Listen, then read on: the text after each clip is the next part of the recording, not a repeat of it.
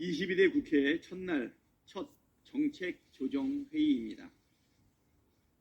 21대 국회 임기 마지막 날이었던 어제 11번째, 12번째, 13번째, 14번째 거부권이 나왔습니다. 윤석열 대통령은 21대 국회 마지막 본회의에서 통과된 전세사기 특별법, 민주유공자법 등 4개의 법안에 대해 또다시 거부권을 행사했습니다. 21대 국회 임기 마지막 날에 대통령이 거부권을 행사해서 국회는 제2투표도 할 수 없었습니다. 정말 비겁하고 쪼잔한 정권입니다. 이쯤 되면 막 가자는 것 아닙니까? 100번째, 200번째 거부권도 행사하실 겁니까? 총선 민심을 정면으로 거역하는 국민 배신행위이자 국회 입법권을 침해하는 반민주적 폭거를 강력하게 규탄합니다. 본회의 표결에 불참하고 무조건 거부권 건의하는 여당에 법안 통과하자마자 거부권 건의하는 장관에 묻지도 따지지도 않고 거부권 행사하는 대통령, 이게 제 정신입니까? 오만과 불통으로 점철된 대통령과 집권 여당이 국회의 입법권을 심각하게 침해하고 삼권 분립의 정신을 위협하고 있습니다.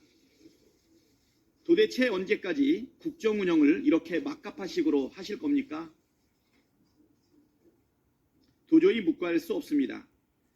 21대 국회의 마지막 본회의에서 통과된 법안들은 사실상 여당인 국민의힘을 제외한 모든 야당이 동의하는 법안입니다. 소수 여당이 목리를 부리면 무조건 거부하는 것이 민주주의입니까? 독재 아닙니까? 대통령의 폭주를 민주당은 더 이상 용납하지도 좌시하지도 않겠습니다. 지난 총선 헌정사상 첫 단독 과반을 주신 국민의 뜻은 대통령과 정부 여당이 방치한 국민의 삶을 분명하게 책임지라는 국민의 엄중한 명령입니다. 대통령이 남발한 묻지마 거부권 법안, 민주당이 반드시 다시 관철하겠습니다. 국민의 뜻이 관철되는 국회, 국민의 삶을 책임지는 민주당으로 국민의 명령에 응답하겠습니다. 해병대원 사망사건 수사 은폐, 대통령이 몸통이라는 물증이 나오고 있습니다. 윤석열 대통령이 왜 기를 쓰며 해병대원 특검법에 거부권을 행사했는지, 국민의힘은 왜 억지를 써가며 재의결을 반대했는지가 속속 드러나고 있습니다.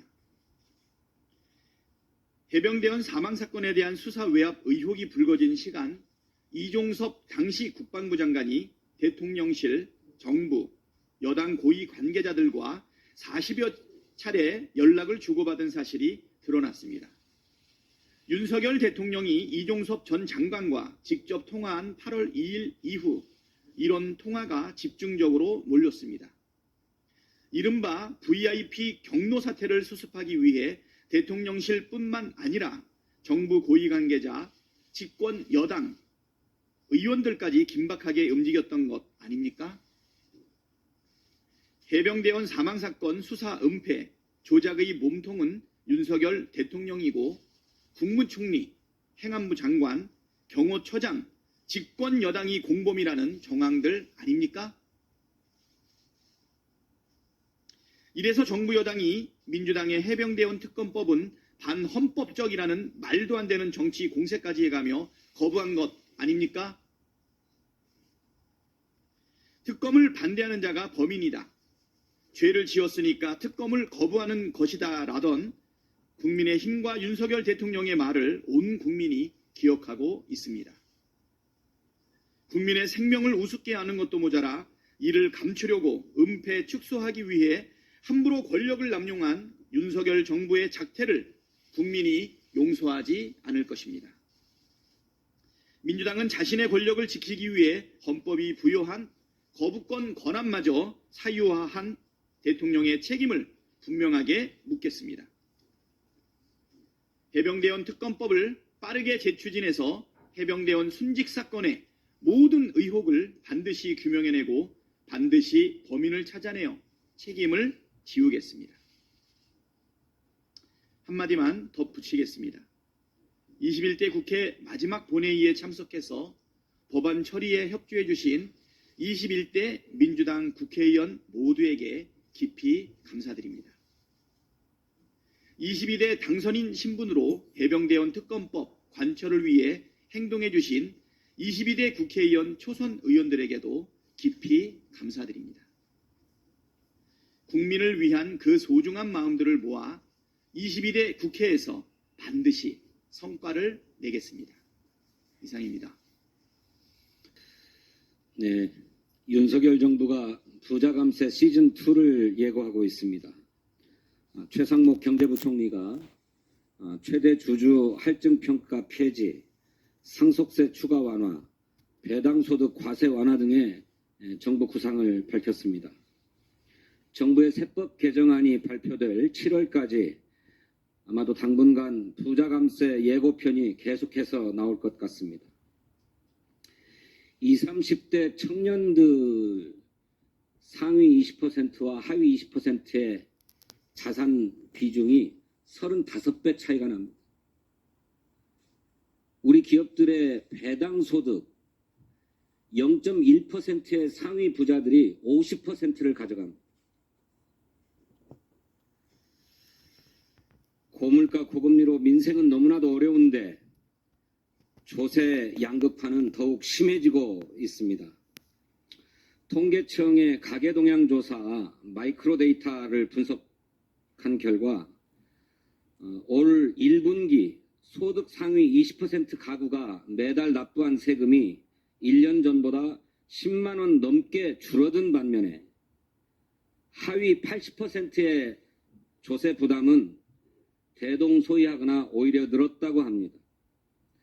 또 국회 예산정책처의 분석에 따르면 조세 지출의 혜택도 2022년에 대비해서 상위 20%의 고소득자는 23.2%나 증가한 반면에 중산층과 서민은 13.3% 혜택을 보았다고 해요. 윤석열 정부가 출범한 이래 추진한 각종 세법 개정의 혜택이 고소득층에 집중됐다는 증거입니다. 윤석열 정부는 겉으로 건전 재정을 내세우면서 뒤로는 부유층의 세금을 깎아주고 서민들의 물가와 고금리 고통은 철저히 외면하고 있습니다. 민주당은 나라 곳간을 비워서 부자들의 주머니를 채우는 윤석열 정부의 이 모순적인 조세 정책에 결코 동의할 수가 없습니다. 민생경제 회복과 저출생 대응을 위해서는 정부의 재정 역할이 지대합니다.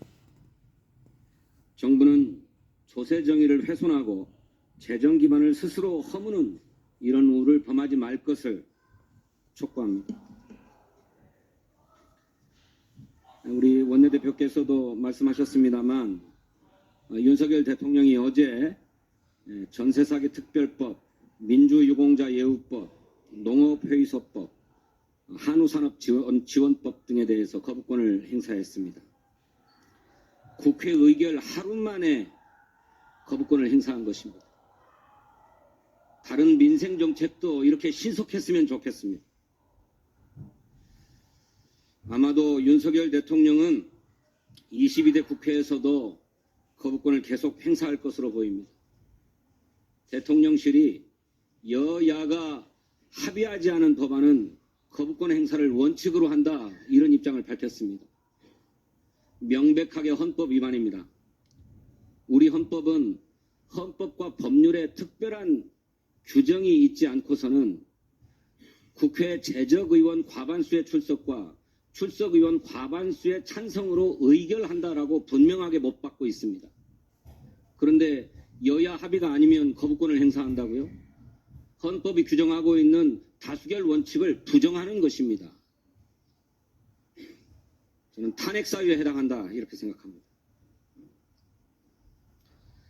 청년의 희망, 국민의 생명을 지키기 위해서 더 과감하고 용감하게 우리 민주당은 국회에 주어진 헌법적 권한 행사해 나가겠습니다.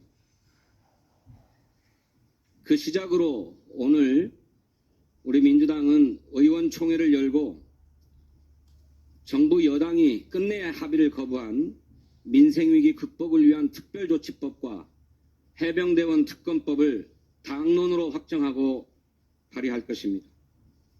또 어제 거부권 행사로 폐기된 법안들을 비롯해서 21대 국회에서 윤석열 대통령이 거부권을 행사한 법안들 모두 다 당론으로 확정하고 발의해 나가겠습니다.